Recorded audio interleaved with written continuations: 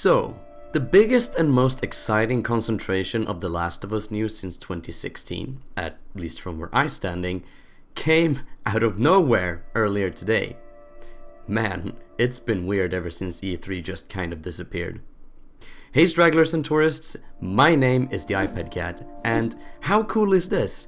New information on Factions 2, the HBO show, and an official confirmation, trailer, and release date for the Part 1 remake, all in one day?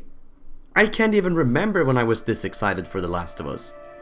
No reason to delay, let's get on with it. Two things I want to say before we start getting into this. Firstly, the last video I made on the channel back in March was also a video on the remake.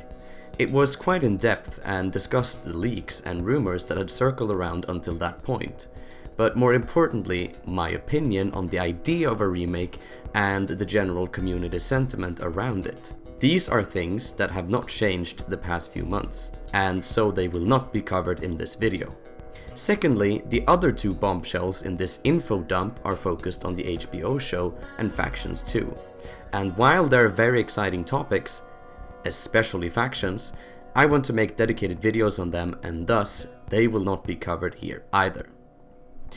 Though with that said, let's sink our teeth into this trailer. It starts out with an incredible, word you're bound to hear a lot in this video, view of the flooded street leading up to the Hotel Grand in Pittsburgh.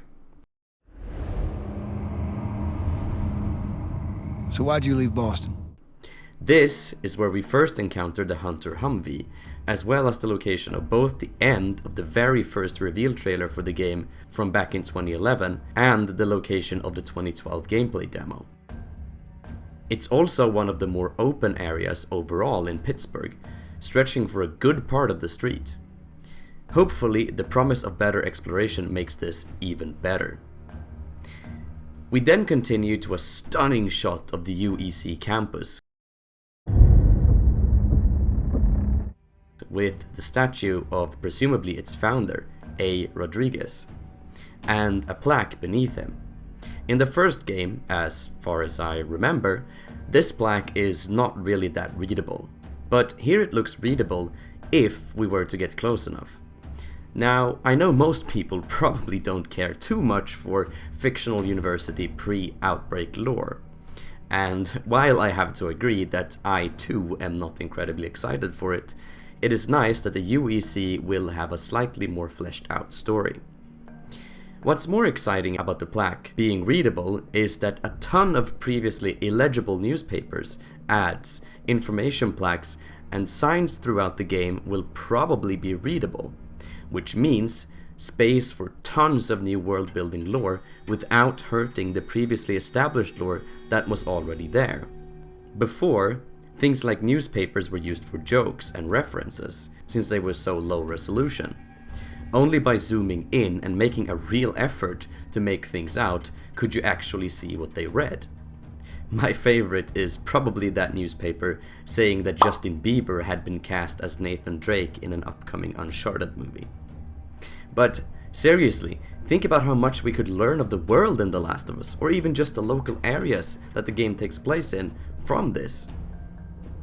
Anyways, moving on to the next shot, we find ourselves at the Salt Lake City Highway ramp at the very start of the spring chapter. I've been on quite the adventure, little brother.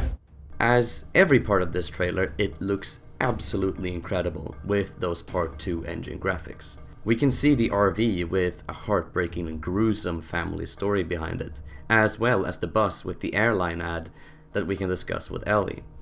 The massive mountains in the background seem to consist of more detailed geometry this time around, as opposed to how it was in the first game, where the mountains gave off a more backdrop-y feel rather than coming off as real.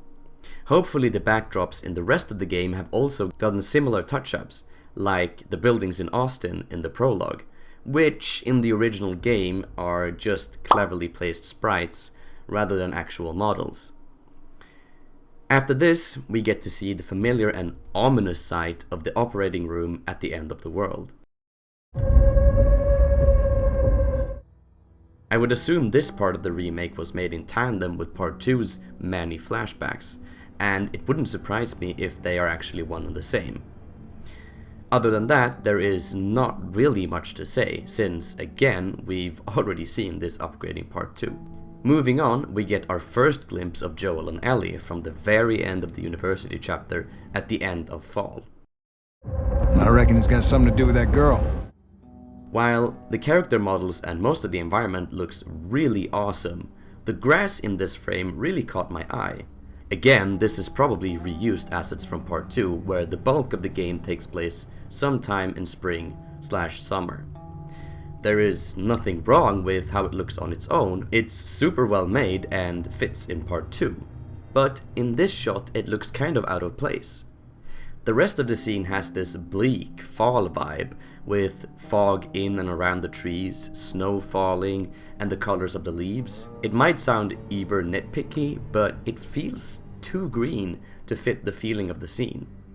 Maybe it's just this scene, or maybe it's just me. Tell me what you think in the comments. Continuing, we get a close-up shot of Ellie from the very same scene, with Joel and Tommy's dialogue mirroring the remastered trailer from 2014. It's got everything to do with that little girl. Her model here very closely resembles the flashback Ellie from part 2, and again, it wouldn't surprise me if this was a reused asset, which I'm totally fine with, because it looks amazing. After this, the trailer speeds up quite a bit as a more epic version of the original theme starts playing in the background.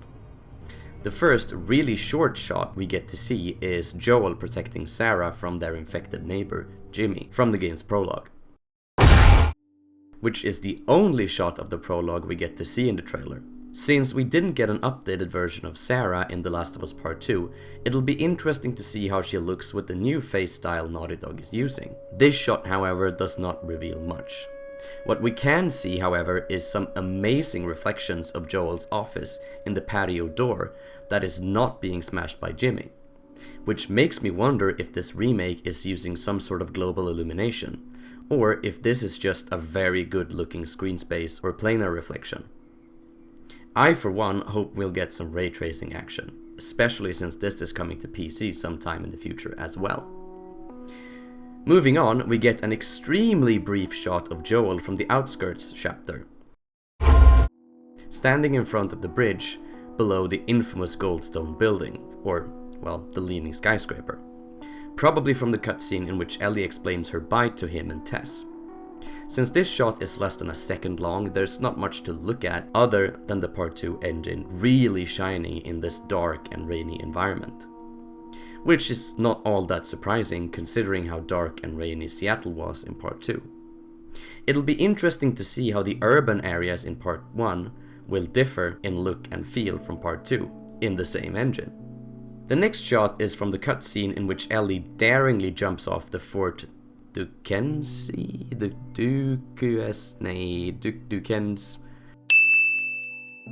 Okay, I'm not even going to try. Fort something bridge in Pittsburgh. Again, it's an extremely short shot with not too much to say. However, like the prologue shot, this scene again showcases some very impressive lighting. This time from the Hunter Humvee headlights reflecting off the humid steel on the other side of the broken bridge. Looks absolutely awesome. The shot after that is again a very short one in which Ellie braces from the bus ram that the hunters use at the Pittsburgh highway trap. Not really much to say here, aside from that the character models look incredible. Moving on, we can see a part of the reunion cutscene in which Joel and Tommy meet again at the Jackson Dam. It is, again, very short. What it does show us yet again though is the power of the Part 2 engine in the mud that they're standing on. It's incredibly detailed and got some really cool specular highlights in the tire tracks. Next, the trailer jumps back to the Hunter ambush to the QuickTime event right after the car crash where we have to avoid having Joel's throat sliced open by a broken fridge door. What's catching my eye in this scene is the face of the Hunter. While he still has the cap and the beard, his face does look considerably different from his equivalent in the original. Which brings up the question of if we'll get more variety in NPC appearance. Since The Last of Us is a third-person game and you don't really look people in the face that often, unless it's a cutscene, it's not that noticeable. But a lot of the NPC characters in the game, enemies and friendlies alike, share the same faces, even between the multiplayer and the story. Which, of course, is understandable given how characters are some of the hardest things to create, especially at the level of detail The Last of Us is at. But for example, take the fact that there are no human female enemies in the entire game, which was an issue of time and resources during development. In the case of the Hunters, this was integrated into their lore as their twisted understanding of survival of the fittest, which did not include women or children. But for Fedra, there are even female soldiers in cutscenes and in the background in the QZ. Maybe this means that there will be greater NPC variety, including female human enemies? I'll admit this is quite an overanalysis of this one short shot, but hey, that's what you're here for. After this, we get about 9 shots in very quick succession alongside the music build-up.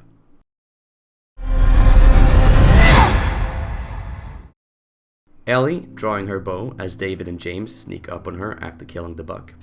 Joel telling Ellie it was either the hunter trying to drown him, or him at the financial plaza. Ellie looking back at Joel directly after the previously mentioned scene. 2 shots of Joel holding Ellie as she cries after having killed David, in lighting very reminiscent of some Part 2 trailer scenes.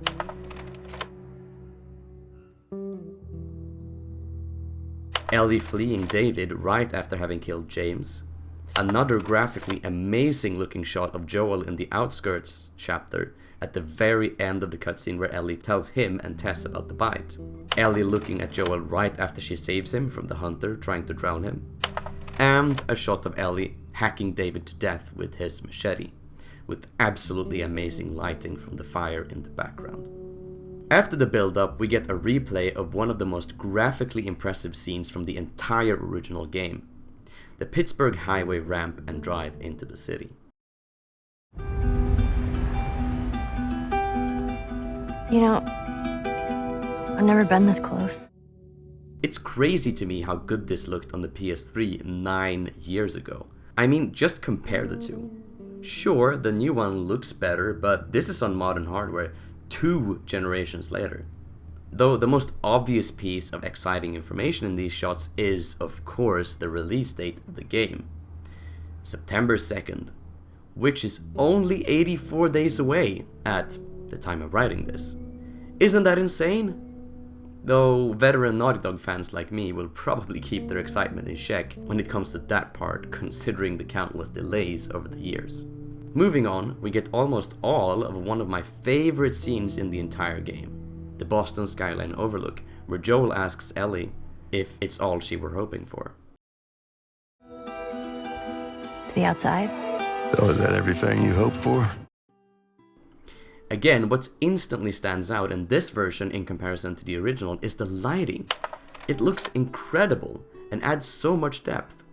The fog at the foot of the Goldstone building also looks amazing, which makes me wonder if we'll get more volumetric effects for things like smoke and fog in the remake. The next shot moves back to before the group enters the Goldstone building. Can't be any.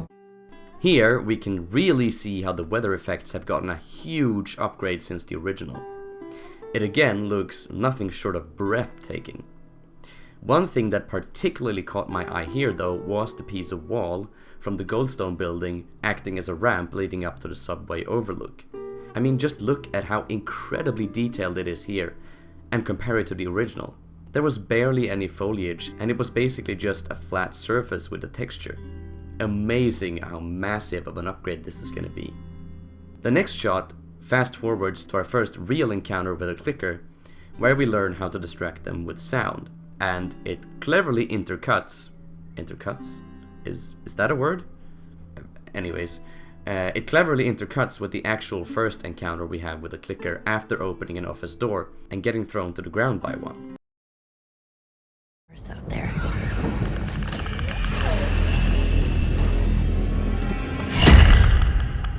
Can it?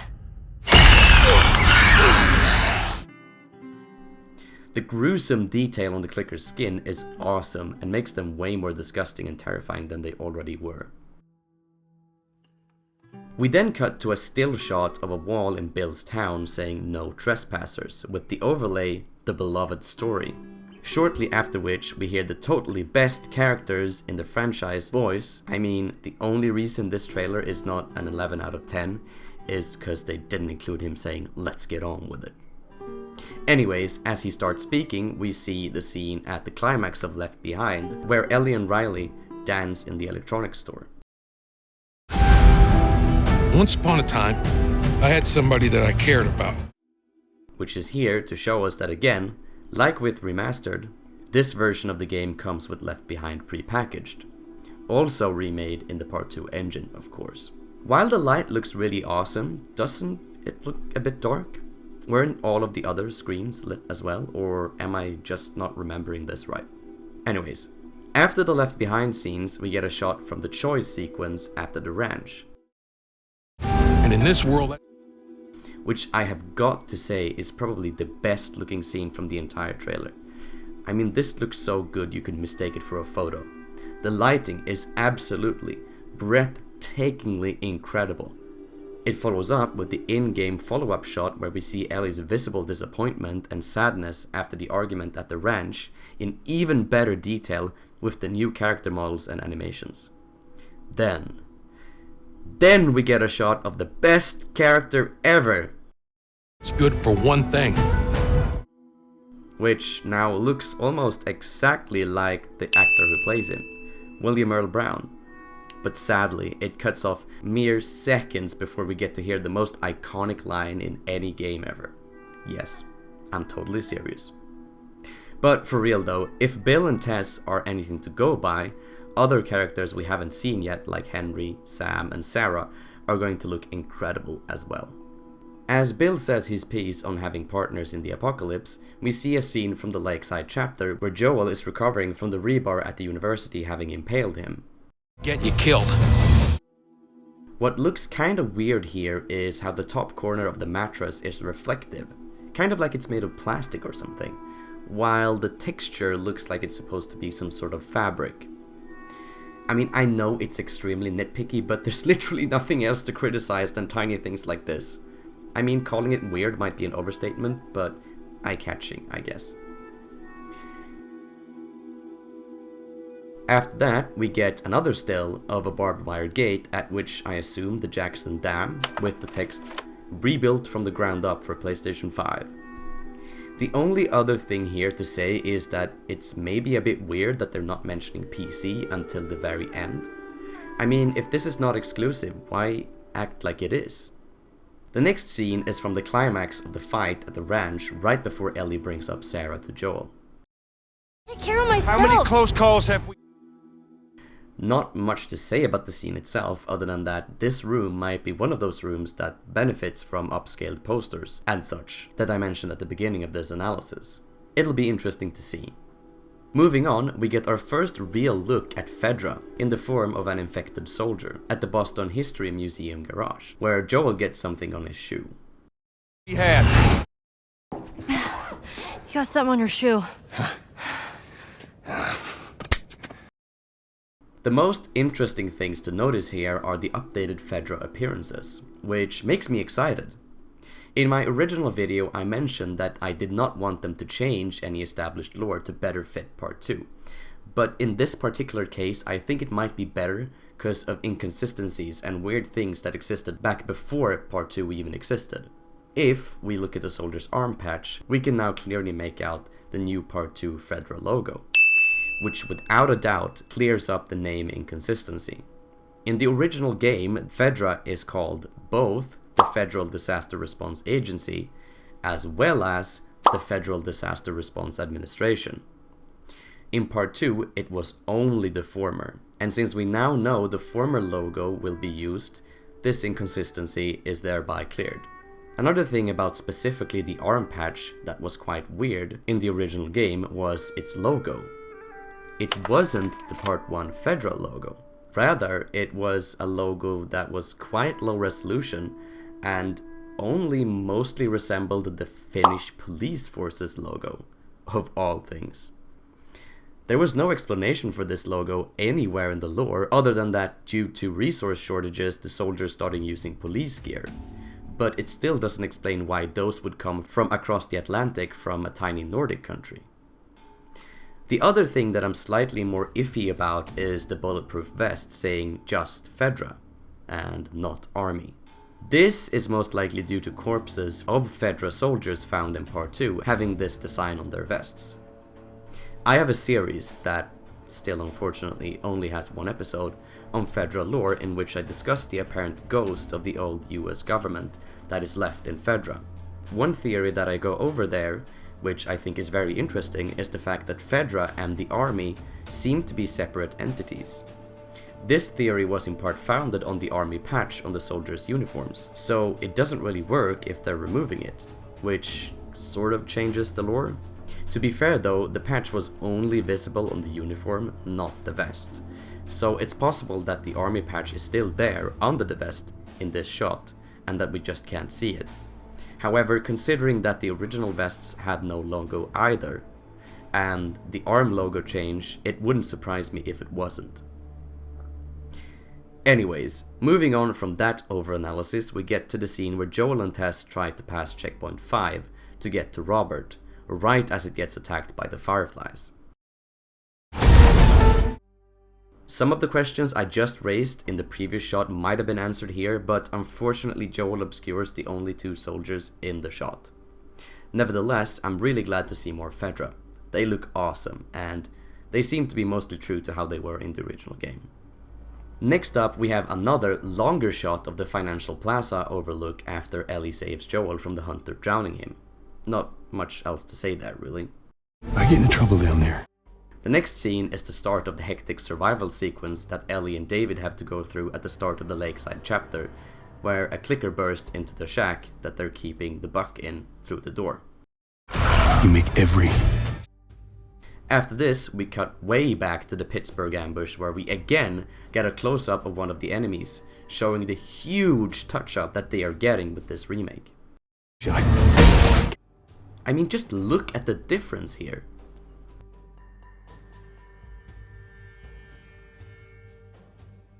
Then we have Bill saving Joel from the clicker, grabbing him as he's entering the high school. After which we cut back to the Financial Plaza overlook to complete the dialogue that's been going on in the background. I got this. Following this shot, we get our first, albeit very blurry look at Robert as Tess breaks his knee. None of the frames in the trailer are clear enough to get a good look at him, but again, judging by how other updated characters look, I think we have nothing to worry about for Robert. Moving on, we have a snippet of the fight between Joel and Tommy at the dam, where we get our first shot of updated younger Tommy. I think he's looking awesome. Then we cut all the way back to right after Tess kills Robert to get our not really first look at Marlene. I mean, she looks almost identical to her cameo in part 2, which is not really surprising, though I'm not actually sure if I prefer this version or the original. Following that, we see Joel caught in one of Bill's stupid traps, where the light quite literally shines with how good it looks through the warehouse doors and windows. Again, it looks like every frame of this game, just like with part 2, is gonna be good enough to be a wallpaper. Seems like bloaters will be identical to their part 2 equivalent in this remake. In the final in-game shot of the trailer, we get our first good look at an updated David. Hope you know how to use that thing. I've had some practice. Which, in comparison to Marlene, looks way better here than in the original. I don't know, it just kinda seems like this model fits his personality and way of talking better. What do you think? Finally, we get the end screen saying that the game will be available September 2nd. In just 84 days. But only on PS5. The PC version is quote-unquote in development, which probably means it'll be quite a while longer until we get to see that, if they aren't even willing to share a release window for it. And boom! That was the entire trailer in only what? Like 3,500 words? 30 minutes? Totally not overanalyzing a 1 minute 30-second trailer of a 10-year-old game. I know, right? I mean, I'm sure I missed a ton of little details that I'll hear about in the comments section, but still, it feels good to be back doing this after almost 3 years of not doing it. But let's not get caught up in that, there's actually still more information to talk about. Because aside from this trailer, we have a short presentation from Neil himself at the Summer Games Fest, and an article from Naughty Dog with some info as well. So let's continue. One of the biggest differences we've already seen from the first game is of course the character and face models, and much of that obviously comes from the appearance, but also the animation, which in this version apparently, according to Neil, is much closer to the original performance due to the animators at Naughty Dog having access to better technology to study and recreate them in this new engine. But the great thing about these faces is that they're closer to the original performance. All the animators went and studied those videos and got it closer to what you did on set than we could have achieved before. Awesome. The game is also headed by the same art director, which is really cool because that likely means that the new additions and updates to the art in this game are part of the original idea and vision that never got to see the light of day because of technical limitations. Another really exciting aspect that we all of course already expected is that the combat and the AI will be better. According to Neil himself, it's all remade much better this time around. However, he doesn't really give us much detail other than that the things like the studio learned from Uncharted 4 and Part 2 will be included and improved upon in the remake. He also mentions the very important detail that the game will run at 60 frames per second, which I'm really happy about. The entire idea with the remake is apparently to have a definitive version of the game, free from the limitations imposed on the Vision by the PS3, which was something I actually talked about in my original video on the remake, and that I 100% support. Well, it's the whole, all the new animation system, the new AI system, everything we've learned on Uncharted 4, Last of Us 2, we apply to this, again, to give that definitive version. Finally, as far as information goes, we have the article that Naughty Dog posted on their website and social media. Now this article also contains information on both the HBO show as well as Factions 2, which again I will cover in other videos and not here. First, let's read what it says before we discuss it. The Last of Us released almost a decade ago on the PlayStation 3 console, and it's left an indelible mark on our studio. Joel and Ellie's story continues to be powerfully evocative with players worldwide, and we're humbled these characters continue to leave an impression. With leaps in technology and hardware that allow us to push the limits of the visual fidelity and interactivity, we're thrilled to announce this complete remake of The Last of Us, releasing September 2nd, 2022 for the PlayStation 5 console, and in development for PC. We've implemented modernized gameplay, improved controls, and expanded accessibility options in this single-player experience to allow even more individuals to enjoy the game. Effects, exploration, and combat have all been enhanced. Leveraging the PS5's powerful hardware, we have also implemented 3D audio, haptics, and adaptive triggers. Both returning fans and new players alike will have the opportunity to experience both The Last of Us Part 1 and its prequel story Left Behind in a whole new way. For this rebuild, Neil has passed the directorial baton to game director Matthew Gallant and creative director Sean Escaig, sorry if I butchered that, to bring this project to life. Matthew joined our studio a decade ago to work on The Last of Us and Uncharted 4, A Thief's End. He rose to lead systems designer on The Last of Us Part 2 and co-headed the charge for over 60 accessibility features. Sean started as lead cinematic animator on The Last of Us and Uncharted 4, A Thief's End. Sean would later go on to become the creative director on Uncharted: The Lost Legacy. With their deep creative and technical expertise with the series, they're the perfect fit to helm this project, and you'll be hearing even more about The Last of Us from them soon. We partnered with PlayStation to develop multiple editions for the game.